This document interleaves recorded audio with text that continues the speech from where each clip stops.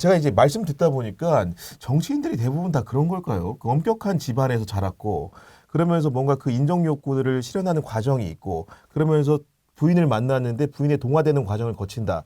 비단 이게 그 안철수 후보의 문제만이 아니고 비근한 얘가 직전에 이제 대통령에 잘리신 분이죠. 윤석열 씨 같은 경우에도 그런 일이 있었던 것 같거든요. 근데 뭐 이게 부인의 그러니까 집안의 영향일 수도 있는데 생각해보면 우리 2세 정치인들이 대단히 많습니다. 생각을 해보면 지금도 계시고요, 사실 국회에. 근데 이제 좋은 분도 있고 나쁜 분들도 있는데 대부분 보면 2세 정치인들이 특징이 부친이 되게 좀 높은 자리를 했던 사람들이에요. 예를 들어서 뭐 정대철 전 의원, 그러네요. 네. 아니면 지금 요번에 그 돌아가신 그 장제원 전 의원도 그렇죠. 부친이 맞습니다. 선친이 이제 네. 국회 부의장인가를 하셨고요. 또 뭐 지금 그 민주당의 김영호 의원도 아버님이 그 선친이 지금 되게 유명하신 분이죠. 김상현 전 의원 뭐 이런 분들이 있었고요.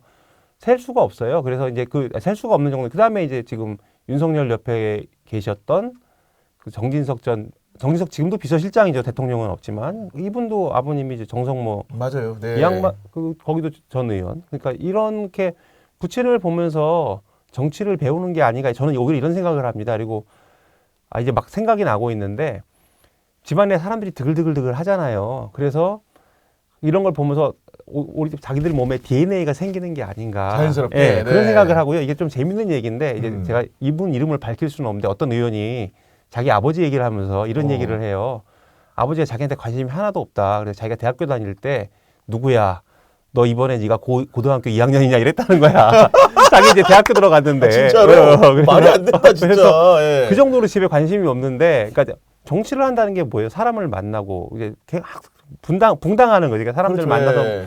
관리하고 뭐 그런 과정에서 집안에 좀 소홀히 하고 아무래도 그런 정치들이 많을 것 같은데 그걸 따라하는 거 보면 그 정치만의 매력이 있지 않을까 이런 생각을 해봅니다. 네. 근데 저는 좀 뭐 저 개인적으로 별로 호감이 없어서 근데 네.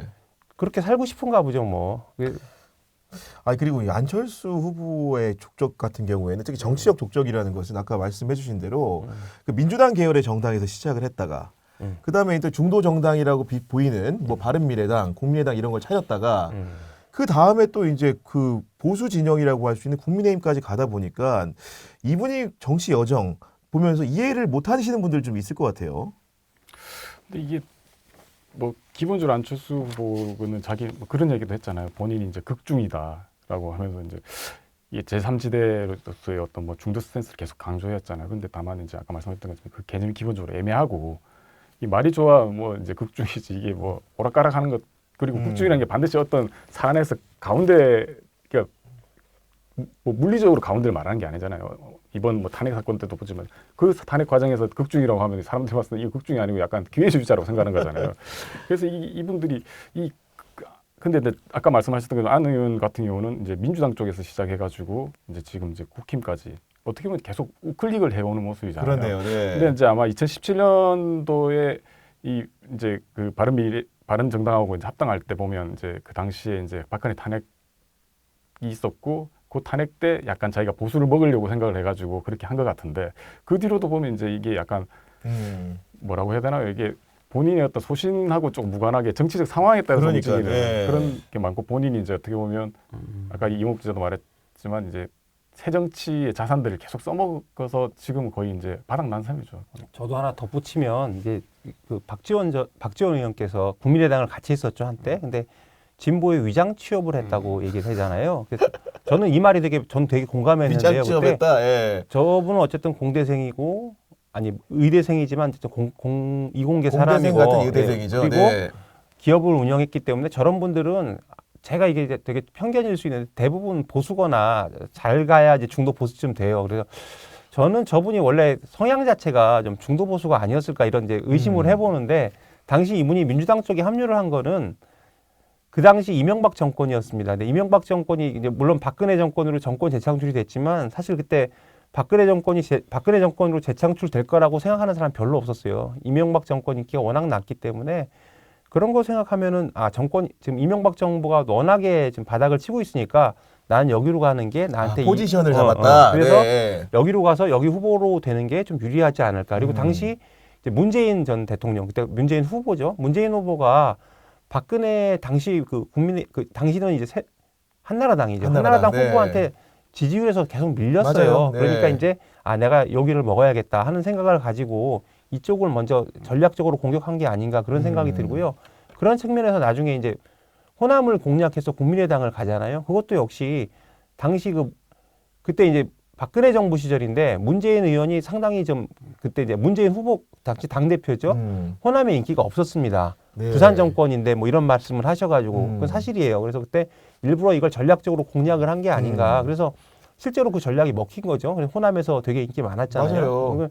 근데 만약에 본인이 진짜 호남의 진심이었고 그랬다면 지금 국민의힘으로 갈 수 있었을까요? 물론 이제 지금 와서 뭐 탄핵에 반대하고 네. 그래서 출당해라 이런 건 되게 상식적이지만 본인이 호남의 진심이었던 사람이라면 적어도 그 내란이 정당이 걸쳐 있는 그런 국민의힘으로 가지는 않았을 거라 생각해요. 그래서 이 모든 것이 이제 약간 이공계생 내지는 정치를 감성보다는 계산으로 해서 온 행동들이 아닌가 이런 생각들을 하게 됩니다. 그러니까 그런 여정을 하다 보니까 지금 국민의힘 경선에서 4강 후보에 들어는 있지만 실제로 지금 의원들이 해처 모여가 이루어지고 있는데 안철수를 지지하겠다는 국회의원이 단 한 명도 안 보입니다 지금. 예. 그렇죠. 그때 이제 안 후보, 그러니까 안 의원이 이제 그 1차 탄핵 소추안이 국회 본회의 통과됐을 때 이제 자기 찬성했잖아요. 그때 이제 뭐 CNN 홈페이지에 이제 헤드라인으로 장식됐죠. 안 후보 혼자 앉아 있는 거. 그러니까 네. 그 어떻게 보면 이제 본인이 주변에 이제 사람이 없다는 걸 보여주는 것 같기도 하고. 근데 어떻게 거꾸로 생각하면 본인이 이제 국힘에 들어가기로 했다라고 생각을 하면 이제 어떻게 보면 자기 편을 만들어내는 작업을 해야 됩니다. 그럼요, 당연하죠. 그런데 그런 게 이제 별반 성과가 없고 그런 노력을 했는지도 좀 사실 의문이고요. 그때 이제 안 의원한테 대고 이제 기자가 물었던 것 같아요. 그러니까 아니 국힘에 이제 의원들 중에 뭐 이렇게 뭐 친한 의원도 없고 그랬더니 친한 의원이 있다는 거예요. 그래서 누구냐고 했더니 윤상현 의원이라고 그러더라고요. 그래서 윤 의원 뭐 누구지 아시지 않습니까? 비상겸 초기 때부터 뭐 윤석열 옹호하고 정강훈한테 인사하고. 근데 이분 장점이 이제 친화력이 좋잖아요. 그래서 누구나 뭐 다 친하죠. 박근혜한테 누나라고 부르고. 매불쇼도 나오는 사람입니다. 그분은. 그러니까 모르긴 몰라도 안 의원은 친하다고 생각하겠지만 윤 의원한테 입장에서 안 의원은 원 오브 데미일 거예요. 그래서 이제 이런 분을 친한 분으로 거론하는 것 자체가 이제 안 의원의 지금 이제 옹색한 당내 입지를 보여주는 거 아니냐 이런 생각이 듭니다. 저도 하나 붙이면 지난해 6월인가 당내 외통위원장 경선이 있었습니다. 근데 이분이 그때 삼선의 김석기 의원하고 붙어요. 근데, 아 맞다. 근데 기억난다. 이게 되게 웃기는 거거든요. 보수 정당은 선수 되게 중요시해요. 아니, 그럼요. 그리고 네. 저분은 4선이고 김석기 의원은 3선인데 원사이드하게 집니다. 심지어 그때 사실 맞다. 기억난다. 윤석열 안 치는 거에 저분이 어쨌든 그 숟가락 하나 얹은 거잖아요. 단일화 해주면서. 그러면 사실 그 정도면은 인지상정으로 그 국민의힘이라는 데가 되게 좀 그 순리를 거스르지 이게 순리가 옳은 순리는 아니지만 뭐 맞아요. 네. 약간 좀 보수 꼰대스러운 그런 게 있어요. 그래서 그럼 윗사람부터 그리고 쟤는 어쨌든 공이 있잖아. 그럼 너 먼저 하고 넌 나중에 이렇게 해야 정리가 돼야 되는데 그 경선 붙어가지고 또 원사이드하게 졌잖아요. 그럼 이거는 이분이 얼마나 당에서 인기가 없는가 이런 걸 보여주는 거라고 생각해요. 야, 진짜로 저 그 외통위원장 선거 너무나 생생하게 지금 기억이 나가지고 무슨 건데 그럼에도 불구하고 안철수 장점이 있을 거 아닙니까 지금? 아니 뭐 일단 저는 되게 높이 평가하는 부분이 하나 있어요. 여하튼 저분의 경력이 안랩 창시자고 네. 그다음에 뭐 과학자고 서울대 융합과학대학원장인가요? 그런 거 하셨잖아요. 그래서 과학에 되게 밝고 지금 AI의 시대라고 하고 근데 저분이 지난 대선 때 과학 강국이라는 걸 내세웁니다. 근데 지금 굉장히 그건 우리나라를 위해서 필요한 것 같고요. 그래서 저분은 뭐 이번에 대선에서 이번 경선이나 대선 과정에서 좀 어떤 결과를 얻을지 모르지만 저 과학 강국, 과학을 어떻게 발전시킬 것인가 이런 거에 대한 그 어떤 조언을 얻든지 아니면 공약을 좀 차용하든지 이런 면에서는 굉장히 강점이 있다고 생각해요. 그리고 저는 코로나 시국 때 본인이 이제 그 말 그대로 자처하면서 직접 병원 현장에 의료 현장에 가가지고 이렇게 땀 흘리면서 했던 몰두했던 자원봉사했던 모습이 있잖아요. 그러니까 그런 게 네. 이제 오히려 그 이공계 너드의 모습을 보여주는 거라고 생각을 합니다. 그러니까 본인이 일단 딱 이렇게 했으면 요거는 내가 한다 이런 거겠죠. 이게 만약에 네. 기성 정치인이었으면 땀 났어? 그러면 이제 좀 이렇게 하고 사진 다 찍었지 하고 이제 가는 그럴 수도 있는데 저분 하루 종일 했다는 거 아니에요? 그러니까, 네. 그 장면도 지금 반추해 보면 상당히 좀 이공계스럽다. 일단. 그러니까 이용수 선배 말씀하셨던 것처럼 이게 안 의원이 적어도 이제 상식적인 사람이잖아요. 그래서 지금 뭐 탄핵에 반대하고 그리고 박근혜 때도 맞아요. 반대한 게 아니고 탄핵 네, 찬성하고 찬성했죠. 박근혜도 네. 찬성했고 지금 국민의 상황을 보면 이제 이게 되게 돋보이는 대목이죠. 그래서 뭐 아까 이용욱 기자 말했지만 이 AI나 반도체 이런 것들 미래 전략 사람 육성해야 된다 이런 말 자체가 그 큰 흐름하고 틀리지 않습니다. 그리고 이제 본인도 이제 아까 말씀하셨던 것처럼 이런 장점을 내세워 가지고 최근에 이제 뭐 앞으로는 이제 법률가가 아니라 뭐 과학가나 맞아요. 과학자나 네. 기업가가 한국을 이끌어야 된다고 하는데 그러면서 이제 제가 이제 좀 조금 이상했던 게 이과 출신인 독일의 메르켈 총리 이야기를 예로 들더라고요. 네. 근데 이제 좀 짚고 싶은 게 이 메르켈 총리는 기본적으로 이게 메르켈 이른바 메르켈 리더십이라는 게 유명하죠. 그게 이제 출발점이 이과 출신이긴 한데 이분은 이제 물리학 박사 연구원 생활하다가 89년에 그만두고 이 정당 생활을 한 20년 넘게 한 사람입니다. 아, 그 경험을 꽤 오래 궤적이 축적했어요. 아예. 그리고 이제 이 당시 이제 이 이른바 이제 독일 위기를 극복하고 경제 부흥을 성공한 비결이 이제 물론 과학자 본인이 이제 과학적인 접근법으로 이제 뭐 복잡한 문제를 이제 하나하나 분해해 가지고 해법을 찾는 접근법이 그 출발점이라고 하는데 그것보다 중요한 게 이 사람이 뭐냐면 이 독일 정치 내에서 합의를 이끌어내잖아요. 그게 이제 합의를 이끌어내기 위해서 이제 되게 치밀하게 움직이고 담대하게 또 이제 뭐 작전을 짜기도 하고 그리고 이제 가장 중요한 게 자존심 제쳐주고 이 상대방 계속 설득을 해요. 근데 이런 리더십이 안 의원한테 있는지는 아직까지는 검증이 되지 않았죠. 성별도 다릅니다. 그래서 안 의원 그 참모했던 그분은 안 의원은 그 아까 뭐 이용 기자 잠깐 이야기했지만 이제 정치 쪽 IQ는 조금 부족해서 그냥 과기부 장관은 진짜 잘할 사람이다라고 과기부 장관하면 얘기하더라고요. 된다. 네. 아 근데 저 잘하는 거 생각났어요. 마라톤 잘하잖아요. 아, 그래서 저도 이제 그거 보면서 생각나는 일화가 있는데 그 2020년 총선 때 안 의원이 그 국민의당이 그때 워낙 좀 지지율이 미미하고 그러니까 지역구 후보를 못 내고 비례만 냈거든요. 그러면서 이제 안 의원이 뭘 하냐면 당대표 자격으로 그 400km 국토 대종주 그래서 마라톤을 해요. 하는데 이제 이게 그때 당시에 이제 당에서 뭐라 그러냐면 말보다 행동하는 모습, 뭐 느리지만 정직한 모습을 보이면서 일하는 정당을 각인시키겠다 이렇게 말을 했는데 결과적으로 비례대표 3석 얻었거든요. 그 전에 이제 총선에서는 호남을 기반으로 해서 꽤 많은 의석을 맞아요. 얻었잖아요. 네. 쫄딱 망한 건데 사실상 이제 본인 몸만 축났다. 그래서 그때 이제 우리가 많이 했던 그 언론이 많이 붙인 말이 그 정치권 포레스트 검프 이렇게 말을 하는데 이게 좀 긍정적인 의미인가? 왜냐하면 이제 정치 IQ가 낮아서 정치권 포레스트 검프로 한 것 아닌가 이런 생각이 들고 이런 것들이 이제 안 의원의 그 공공함 왜 정치인 안철수가 곤궁한 처지가 됐는지를 보여주는 어떤 상징적 장면이 아닐까 이런 생각을 해봤습니다. 그러면 이제 사실은 이제 대선 레이스가 진행 중이고 네 번째 도전이다 보니까 과연 그의 정치적 역할이 어디까지일까라는 고민을 해보게 됩니다.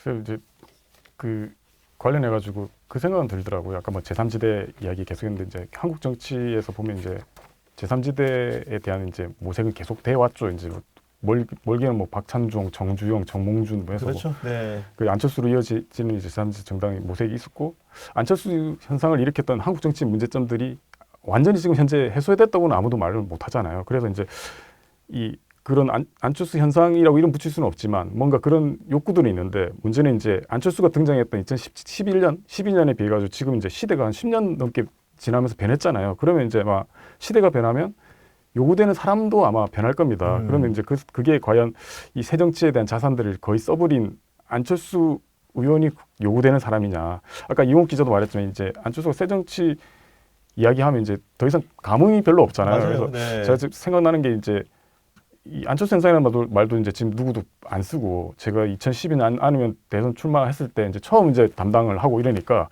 이 사람 어떤 사람인지 알고 싶다고 해가지고 그 당시에 이제 유명했던 책이 안철수의 생각이라는 책이 있습니다. 맞아요. 예. 그랬다 다 뭐 봤죠, 물론 다른 그거. 책도 있고 예. 그때 제가 무슨 도서관 가서 빌려가지고 책도 사기도 네. 하고 그래서 봤거든요.